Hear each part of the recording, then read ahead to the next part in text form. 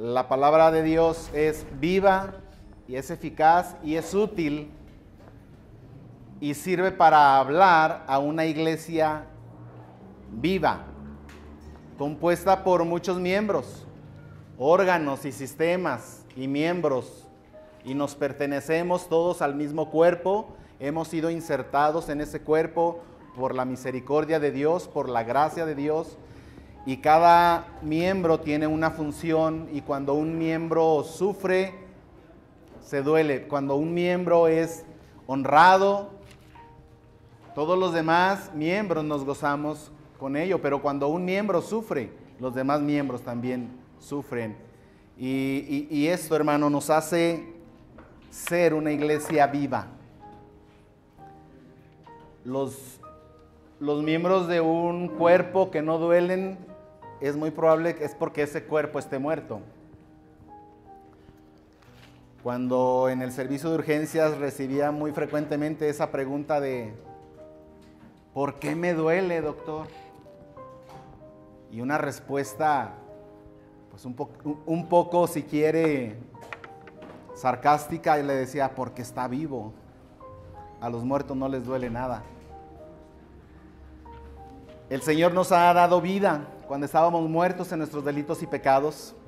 El Señor nos ha salvado, nos ha hecho sus hijos y nos ha hecho renacer para esperanzas vivas.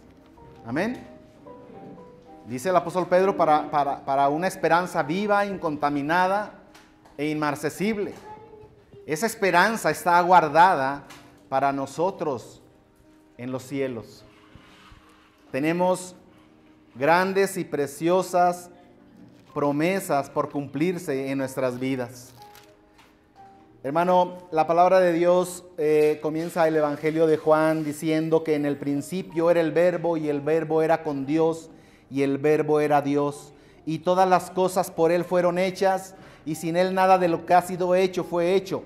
En Él estaba la vida, y la vida era la luz de los hombres. La luz en las tinieblas resplandece, y las tinieblas no prevalecieron contra ella. Lo sabemos, lo entendemos, lo hemos enseñado, lo hemos compartido. Las tinieblas no pueden prevalecer contra la luz. Nosotros vivíamos en un mundo de tinieblas, haciendo lo que por naturaleza hacían los hijos de ira. Efesios 2 dice que usted y yo éramos aquellos hijos de ira y estábamos muertos en nuestros delitos y pecados. Y en cuanto a las cosas espirituales, no nos dolía nada, ni teníamos una conciencia de las cosas espirituales, de lo que Dios hablaba, de lo que Dios quería, a lo que Dios le interesaba, y todo lo que Dios quería, preceptos, mandamientos, leyes, promesas, nada teníamos que ver, sin esperanza y sin Dios en este mundo, ajenos a la vida de Dios. Así vivíamos usted y yo, pero por la gracia de Dios, ahí mismo en el Evangelio de Juan capítulo 1 dice que esa luz verdadera, esa luz que no será vencida nunca por las tinieblas, venía a este mundo y vino a este mundo.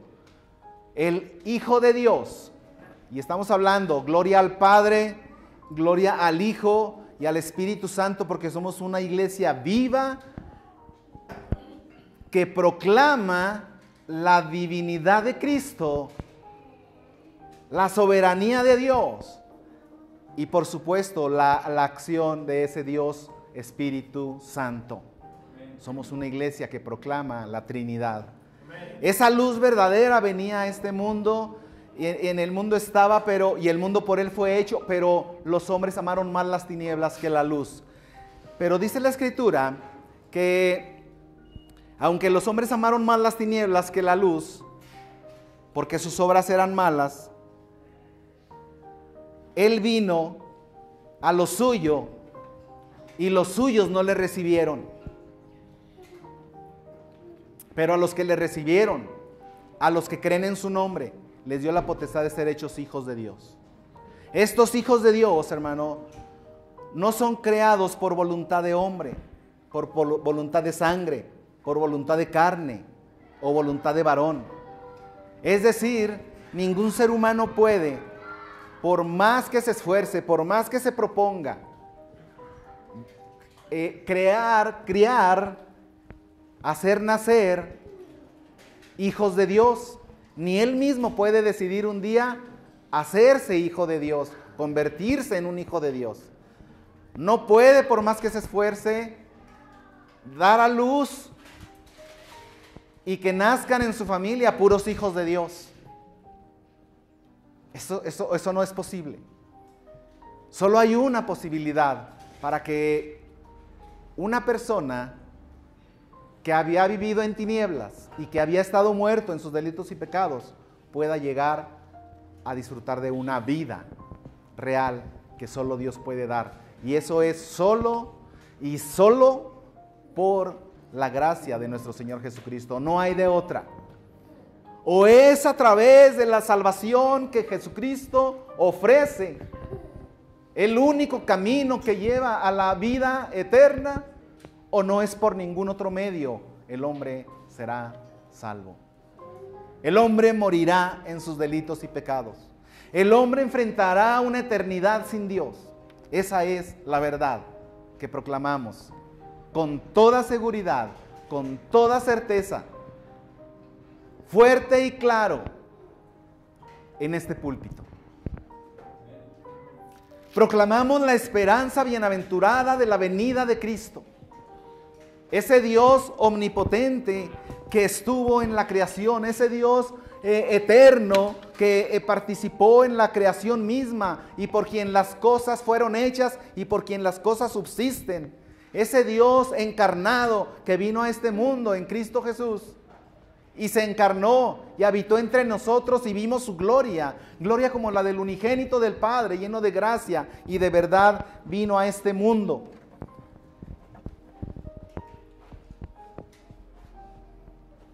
Con el único propósito de salvarnos. Con el único propósito de morir en una cruz y derramar su sangre hasta la muerte. De ser obediente al Padre. No vino para hacer su voluntad, sino para dar su vida. No vino para ser servido, sino para servir y dar su vida en rescate por muchos. Ese es el Dios que proclamamos. Ese Dios que murió en una cruz porque así lo dispuso el Padre. Ciertamente participaron en su muerte los judíos, los gentiles, Poncio Pilato, Herodes, el diablo mismo.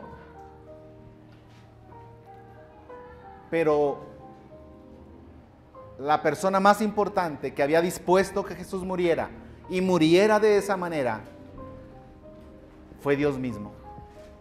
Habiendo Él entregado a su Hijo, de tal manera nos amó que ha dado a su Hijo unigénito para que todo aquel que en Él cree no se pierda, mas tenga vida eterna.